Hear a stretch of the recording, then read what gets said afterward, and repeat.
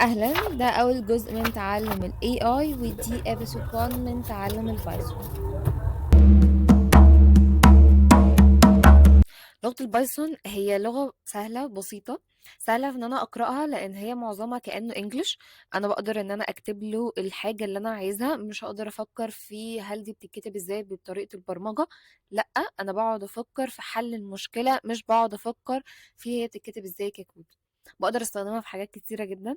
بقدر استخدمها في الويب، بقدر استخدمها في داتا اناليسيس، في الاي اي، في الاوتوميشن، في الابليكيشن. بقدر استخدمها في اكتر من حاجة، بحيث ان تكون لغة واحدة بس لاكتر من.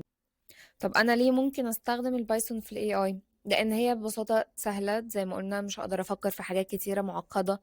هقدر ان انا هي يكون عندها اكتر من مكتبه، انا اعرف التفاصيل ايه هما. ان انا يكون زي نمباي وبانداس ومات بلوت، وان انا يكون اقدر ان انا ارسم بيهم. اقدر ان انا زي باي تورش ان انا ابني مودلز بالاي اي بيها. ما تبقاش معقدة ان انا افضل ابني حاجة معينة من الصفر. لا، هي في حاجات كتيرة اقدر ان انا استخدمها على طول، بحيث ان انا ابني لبعد كده.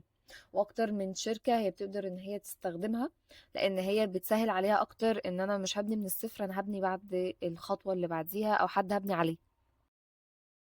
طيب، ايه الانفايرومنت اللي احنا هنشتغل عليها؟ هي هتكون اناكوندا.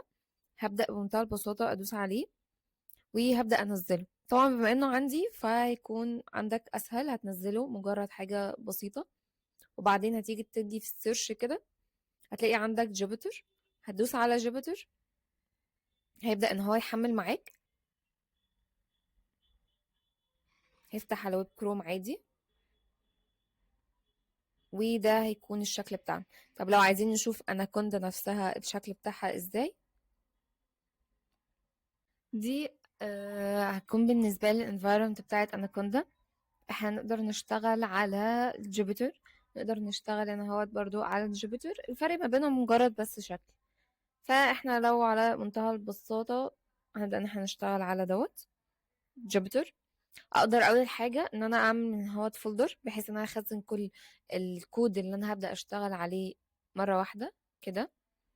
اكتبه مثلا كورس،